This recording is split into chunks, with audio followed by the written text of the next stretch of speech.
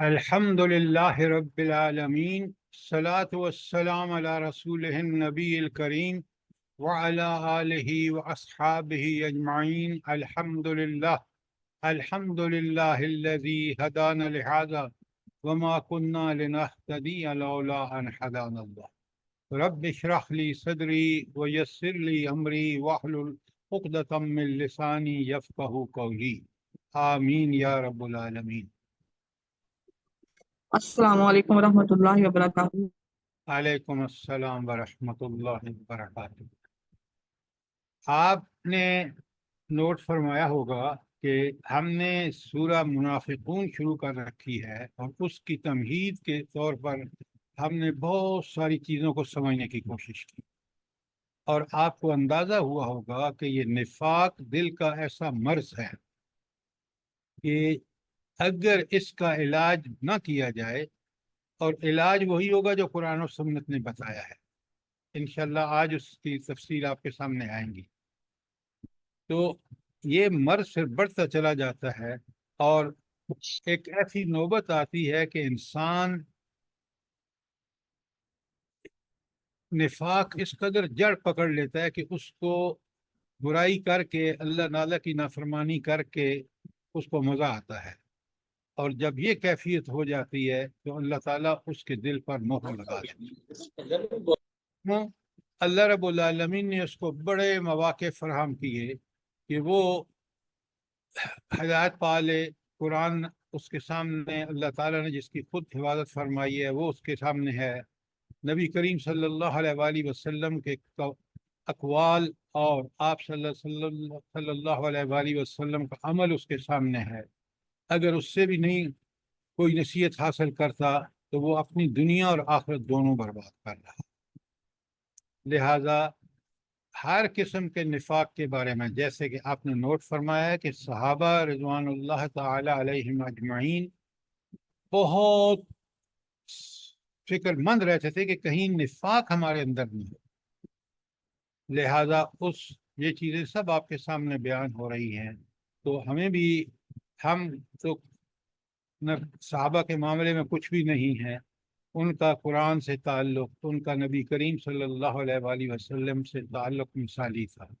لہذا میں اور آپ کوشش کریں کہ ہم نفاق کا کوئی حصہ بھی ہمارے اندر نہ ہو، اور اس کو اپنا پوری طرح کریٹیکلی جائزہ لیں اور ہم اس کو دور کرنے کی بھرپور کوشش کریں، ورنہ آخرت کے دن بڑی رسوائی ہوگی۔ آپ نے دیکھا کہ منافقین کی بخشش کے حوالے سے اللہ تعالیٰ نے ارشاد فرمایا کہ اگر یہ جو پکے منافقین ہیں، اگر نبی کریم صلی اللہ علیہ وآلہ وسلم جیسی ہستی بھی 70 یا اس سے بھی زائد مرتبہ مغفرت مانگے ان کے لیے، تو ان کی مغفرت نہیں ہوگی۔ لہذا اس کی وجہ سے کہ ہم نفاق کو، اور یہ نفاق مدنی سوروں کا ایک بہت بڑا مضمون ہے، اس کی تفصیلات ساری آپ کے پاس پہنچ چکی ہیں، 4 ہینڈ آؤٹ آپ کو مل چکے ہیں، برائے کرم ان کو زیر مطالعہ رکھیں، پڑھ کے سمجھ کے، اور اپنے اندر سے اس نفاق کو پوری طرح ایریڈیکیٹ کریں۔ یہ آج 7 کا بھی مضمون تھا، 8 کا بھی، اور آج ہم نے عبداللہ بن ابی کے جو ظاہری الفاظ ہیں وہ بھی آپ نے سن لیے، اور آیت 8 میں جب اس نے یہ کہا کہ عزت والے ذلیلوں کو مدینے سے نکال دیں گے، نعوذ باللہ من ذالک، رب نے کمال دیکھیں، رب کا کمال دیکھیں، اس کا بیٹا جب وہ مدینے میں داخل ہونے لگا تو راستے میں کھڑا ہو گیا۔ حضرت عبداللہ بڑے جیت صحابی ہیں، انہوں نے کہا تم داخل نہیں ہو سکتے، اور اس کو جب تک روکے رکھا جب تک نبی کریم صلی اللہ علیہ وآلہ وسلم رحمۃ اللہ عالمین نے حضرت عبداللہ سے یہ نہیں کہا کہ اس کو گھر آنے۔ تو اللہ کے رسول صلی اللہ علیہ وسلم سے کی مخالفت اور دشمنی کس قدر انسان کو ذلیل کر دیتی ہے، اس کا واقعہ اس واقعے میں آپ کو تفصیلات مل سکتی رہی ہیں۔ تو اس کے یہ زہر آلود فکرے جو آیت نمبر 8 میں ہیں وہ بھی ہم نے دیکھ لیے، اور آج ہم نے آیت نمبر 9 بڑے غور سے دیکھیے، بڑے غور سے سمجھیے، کیوں کہ انہی آیات کے اندر یہ بتایا گیا ہے کہ یہ نفاق یا یہ اللہ تعالیٰ کی نافرمانی انسان کو کیسے انسان اس برے فعل کو کرتا ہے کہ وہ اللہ اور اس کے رسول کی نافرمانی کرتا ہے۔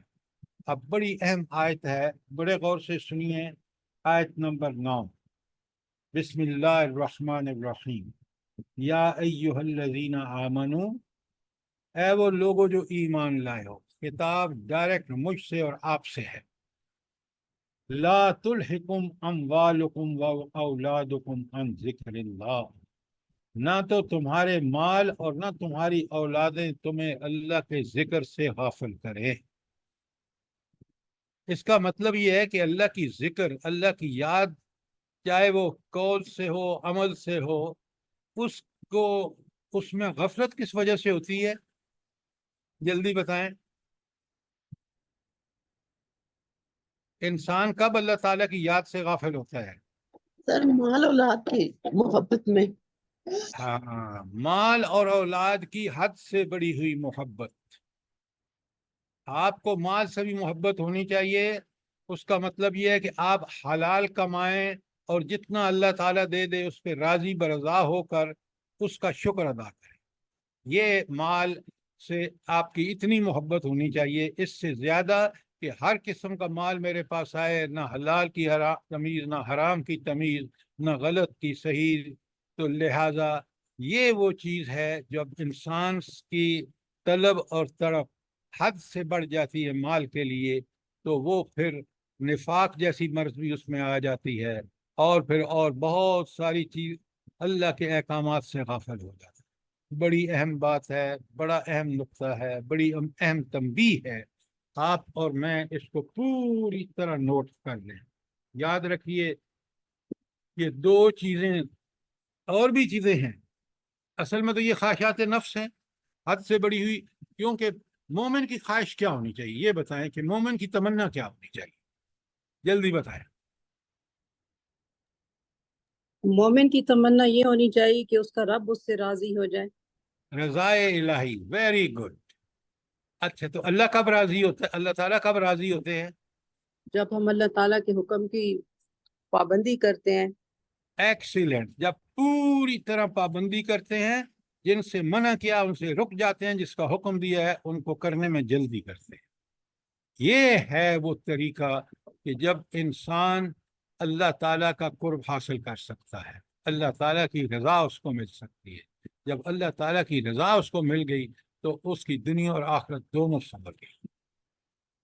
اب اس اللہ تعالیٰ کی رضا میں جو چیز رکاوٹ بنتی ہے وہ حد سے بڑی ہوئی محبت ہے، چاہے وہ مال کے لیے ہو، اولاد کے لیے ہو، یا وہ جو خواہشیں جو اللہ تعالیٰ کی شریعت کے خلاف ہیں ان کی خواہشوں کو پورا کرنے میں انسان لگا ہوا۔ یہ باتیں بہت اچھی طرح نوٹ کر لیں، یہ بڑی بنیادی باتیں ہیں اور قرآن ان کو بار بار ہمارے سامنے لاتا ہے۔ لہٰذا یہ جو بات فرمائی، یا ایھا الذین آمنوا لا تلھکم اموالکم ولا اولادکم عن ذکر اللہ، آگے اس کا نتیجہ بتا دیا۔ ذرا غور سے دیکھیں، یہ اس بات کو سمجھیں، یہ ثواب کے لیے نہ پڑھیں، یہ ہدایت کے لیے پڑھیں۔ قرآن ڈائریکٹ ہمارے جذبات سے، خیالات سے، ہماری فکر سے قرآن رجوع ایڈریس کرتا ہے۔ اللہ تعالیٰ فرماتے ہیں وَمَن يَفْعَلْ ذَلِكَ، جو کوئی تم میں سے یہ کرے گا، کیا مطلب؟ کہ جو مال اور اولاد سے حد سے بڑی ہوئی اس کی محبت ہوگی، جو ایسا کرے گا فَأُولَئِكَ هُمُ الْخَاسِرُونَ، وہی تباہ و برباد ہوں گے۔ خسارہ ہم سمجھتے ہیں کوئی چھوٹا سا نہیں، یہ خسارہ دنیا اور آخرت دونوں کا ہے۔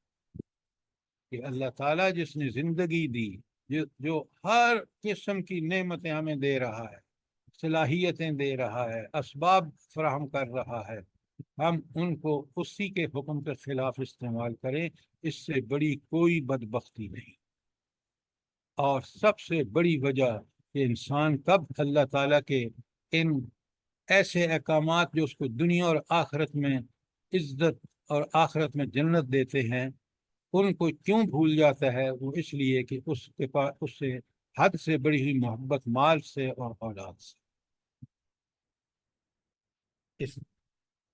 اچھا، یہ بات قرآن مجید میں بڑے غور سے آپ سنیں اور سمجھیں اور لکھ لیں، تاکہ آپ کو دیکھیں یہ وہ چیزیں ہیں جن کو ہم جب سمجھ لیں اور قرآن سے خاص کر سمجھیں، قرآن کی آیات سے سمجھیں، تو انشاءاللہ آپ دیکھیں گے کہ یہ وہ چیزیں ہیں جو ہمیں پھر اللہ تعالیٰ کے فضل و کرم سے پوری طرح ذہن نشین ہو جاتی ہیں، اور پھر ہماری زندگی کا حصہ بن جاتی ہیں۔ ابھی یہ تو منافقون کی آیت نمبر 9 تھی، اور سورہ انفال کس پہ تبصرہ ہے؟ جلدی بتائیں۔ جنگ بدر کی۔ جنگ بدر پہ تبصرہ ہے، جزاک اللہ۔ اور اللہ تعالیٰ وہاں فرما رہے ہیں تم مجاہدانہ سرگرمیوں میں اس وقت سبقت کرو گے جب اللہ تعالیٰ وارننگ دے رہے ہیں وہاں آیت لکھے سورہ انفال آیت 38 اور 28 اور 29، سورہ انفال آیت 28 اور 29 میں آپ کے سامنے پڑھ رہا ہوں۔ وَعْلَمُوا، بڑی زبردست وارننگ ہے، وَعْلَمُوا، اچھی طرح جان لو، کان کھول کے سن لو، یہ قرآن کا انداز دیکھیں ذرا، انما اموالکم و اولادکم فتنہ، یہ مال اور اولاد، تمہارا مال اور تمہاری اولادیں تمہارے لیے فتنہ اور آزمائش ہے۔ یہ تو دنیا میں ہے نا مال اور اولاد، اور یہ ہے بہت بڑا فتنہ، بہت بڑی آزمائش۔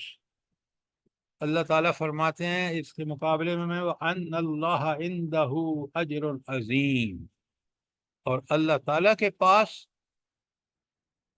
اجر عظیم ہے۔ اب ان دو چیزوں کو ذرا سمجھیں، تو پہلے بتائیں کہ اس اجر عظیم سے بندہ محروم کب ہوگا؟ جلدی بتائیں۔ جی جب ان دونوں کی محبت میں اپنے آپ کو غرق کریں۔ آپ ذرا، جب آپ ہمیشہ آیت پڑھتے ہیں، آیت پڑھے، انما اموالکم و اولادکم فتنہ، کیا زبردست بات فرمائی، ارشاد فرمائیے، یہ بہت بڑا فتنہ ہے، اور اس فتنے کے مقابلے میں اگر اس فتنے سے بچ جاؤ گے تو اللہ تعالیٰ کے پاس آخرت میں دیکھو گے کہ اجر عظیم ہے، جنت جیسی نعمت بھری جنت ہے۔ سر جی ذرا اکثر اولاد ایسی حرکت کرتی ہے کہ یہ آیات فوراً دماغ میں آ جاتی ہے کہ اللہ تو نے صحیح کہا کہ اولاد فتنہ ہے۔ بعض اوقات ایسی حرکتیں وہ کرتے ہیں کہ ہم انہیں روک نہیں سکتے، انہیں کچھ کہہ نہیں سکتے، ان کی شکلیں بن جاتی ہیں، تو فوراً یہ آیت دماغ میں آتی ہے کہ واقعہ میں یہ فتنہ ہے۔ بات یہ ہے کہ قرآن کا طالب علم قرآن کی حقانیت کو زندگی میں ہر موڑ پر دیکھتا ہے کہ رب نے یہ اس جہاں پر یہ جو ارشاد بات فرمائی ہے کتنی عظیم ہے۔ کاش ہم قرآن کی نظر سے چیزوں کو دیکھیں۔ یہ آپ کو اس لیے سب سمجھ آتا ہے کہ آپ اس قرآن کی ان آیات کو پوری طرح سمجھتے ہیں۔ کیا بات ارشاد فرمائی ہے، فَاعْلَمُوا، اچھی طرح جان لو، انما اموالکم و اولادکم فتنہ وَأَنَّ اللَّهَ عِنْدَهُ أَجْرٌ عَظِيمٌ۔ یہ تو تھی نا آیت 28، 29 میں سنیں، یا ایہا الذین آمنوا، اللہ اکبر، پھر خطاب ڈائریکٹ، اے وہ لوگوں جو اللہ پر ایمان لائے ہو، میں اور آپ پڑھ رہے ہیں، ہم ڈائریکٹ مخاطب ہیں، ان تتقوا اللہ، اگر تم تقوی کی روش اختیار کرو، یجعل لکم فرقانا، اللہ تمہارے لیے ایک فرقان مہیا کر دے گا، ایک کسوٹی مہیا کر دے گا۔ نمبر ایک فائدہ تقوی کا، پہلی بات یجعل لکم فرقانا، نمبر 2 وَيُكَفِّرْ عَنْكُمْ سَيِّئَاتِكُمْ، اور تم سے تمہاری برائیاں دور کر دے گا، نمبر 3 وَيَغْفِرْ لَكُمْ، اور اللہ تعالیٰ تمہیں بخش دے گا۔ اچھا، یہ تین چیزیں اب دیکھیں نا، قرآن کو ذرا بالکل نقطے سے، ہر ایک نقطے کو سمجھے چلے۔ اللہ تعالیٰ فرماتے ہیں کہ میں تمہیں ایک کسوٹی کیا ہوتی ہے؟ جو آپ اس پہ رکھ کے چیز کو پرکھ سکتے ہیں، یہ غلط ہے، یہ صحیح ہے، کھری ہے، یہ کھوٹی ہے۔ تو یہ فرقان، یہ کسوٹی بندے کو کب نصیب ہوگی؟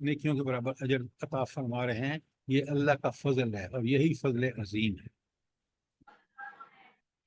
اور اس کی کمال ہے، یہ رحمت کا پہلو ہے، اور جس نے جرم کیا اس کو اتنی سزا ملے گی جتنا جرم کیا، اس سے زیادہ نہیں ملے گی.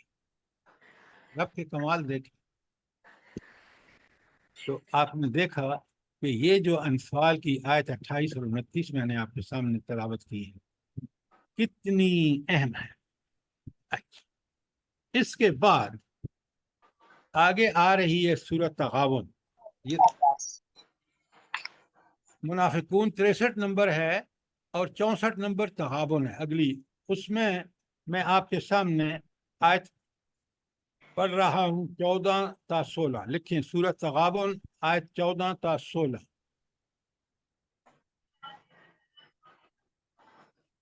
کتنی بڑی وارننگ ہے. اور آپ جو قرآن کے طالب علم ہیں ماشاءاللہ، آپ یہ دنیا میں دیکھ رہے ہوں گے، اپنے ارد گرد دیکھ رہے ہوں گے یہ حالات اور واقعات جو قرآن بیان کرتے ہیں. قرآن بڑی عملی اور پریکٹیکل لائف کی اگزامپل دیتا ہے. اس قرآن انسانی فطرت کے عین مطابق اس کی تربیت کرتا ہے. یا ایھا الذین آمنو، اے وہ لوگوں جو ایمان لائے، میں آپ سب مخاطب ہیں. ان من ازواجکم و اولادکم عدو لکم، تمہاری بیویوں یا تمہارے جوڑے اور تمہاری اولادیں تمہاری دشمن ہیں. اب یہ خاص لوگوں کا ذکر ہے. وہ بیویاں اور وہ اولادیں جو اپنے باپ کو مال بنانے کے لیے کہتے ہیں جو مرضی ہے کر، حلال کا مال حرام، ہمیں تو مال چاہیے. ایسے ماں اولاد اور بیویاں پھر کیا ٹھہری، کیا ہوئی وہ بتائیں؟ عدو لکم، کیوں عدو کیوں ہیں؟ گناہوں کی وہی طرف لے کے وہ کریں، برائی وہی تو دشمن ہے، وہ جہنم میں لے کے جائیں گی. ذرا بات کو کھول کے سمجھیں تاکہ ہمیں یقین ہو کہ جو اللہ تعالیٰ فرما رہے ہیں وہ برحق ہے. اللہ تعالیٰ کہہ رہے ہیں یہ من ازواجکم و اولاد، تمہاری اولادوں میں سے اور تمہاری بیویوں میں سے. یہ خاص ان بیویوں کا اور اولادوں کا ذکر ہے. من کے لفظ سے سمجھیے کہ کون لوگ ہیں جو میاں کو کہتے ہیں کہ پیسہ لا، مال لا، حرام کما، رشوت لے، جو مرضی ہے کر. یہ وہ لوگ ہیں جو ان کے اصل تمہارے دشمن ہیں، اس لیے وہ دنیا میں تم سے برائی کرا رہے ہیں جس کا نتیجہ آخرت میں جہنم. اب ذرا آگے بڑے غور سے سنیے. گھروں کو آپ نے میدان جنگ نہیں بنانا، بڑی حکمت سے یہ کام کرنا ہے. اس لیے اللہ تعالیٰ فرماتے ہوا ان تعفوا وتصفحوا، اگر تم ان کو معاف کرو اور درگزر کرو، وتغفروا، اور ان کی مغفرت کر دو، فإن اللہ غفور رحیم، تو اللہ تعالیٰ بڑا بخشنے والا اور رحم کرنے والا ہے. کیا مطلب ہے؟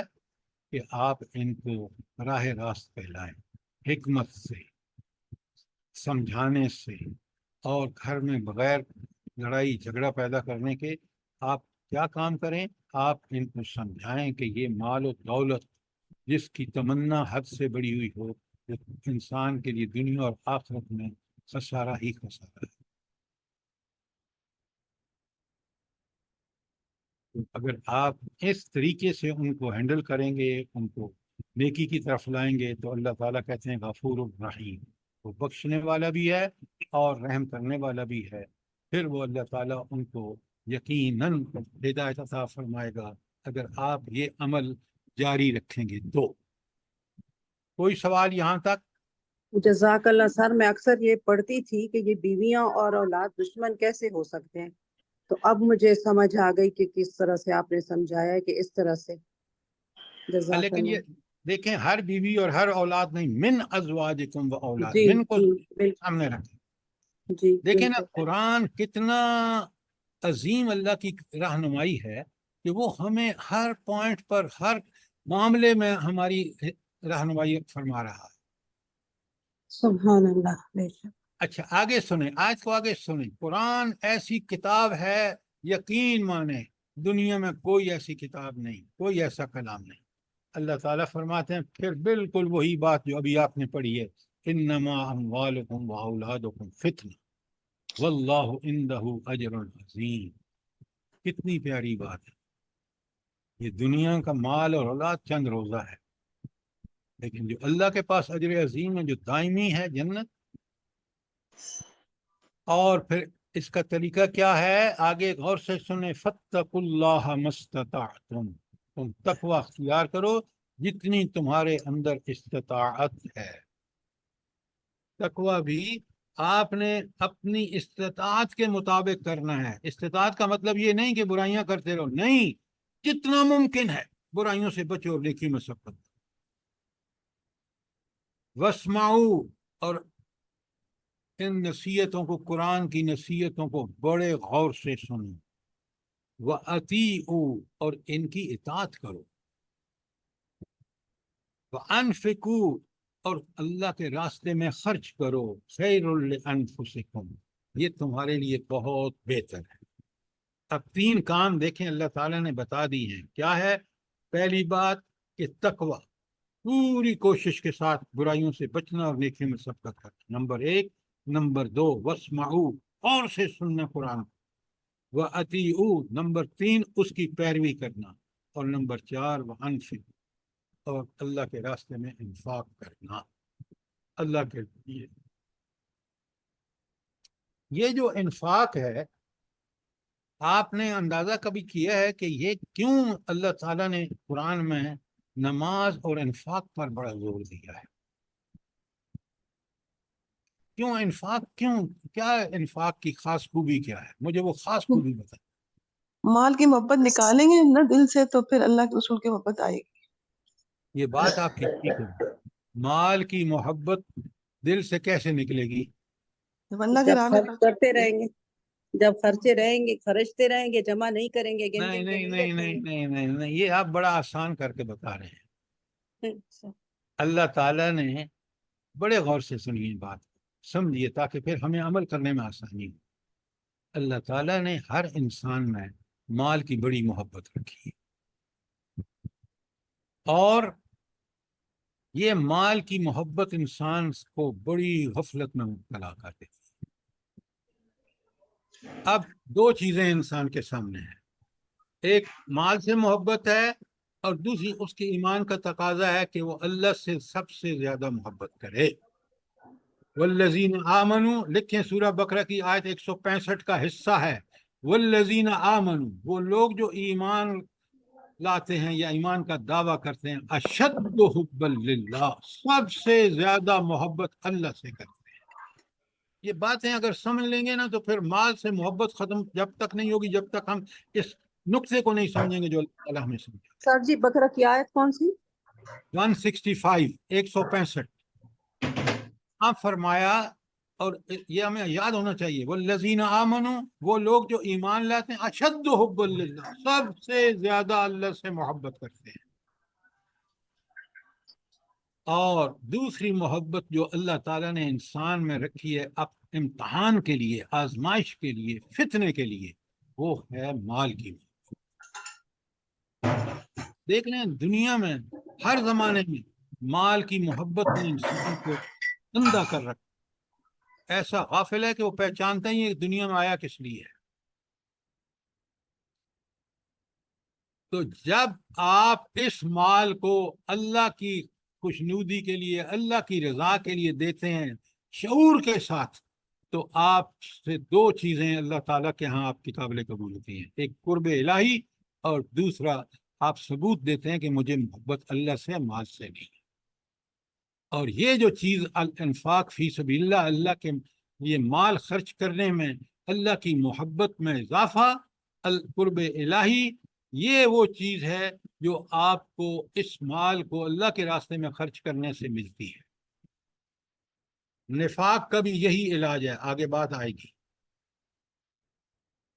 تو آپ یہ ہمیشہ ہمیشہ، آپ نے وہ حدیث سنی ہے نا کہ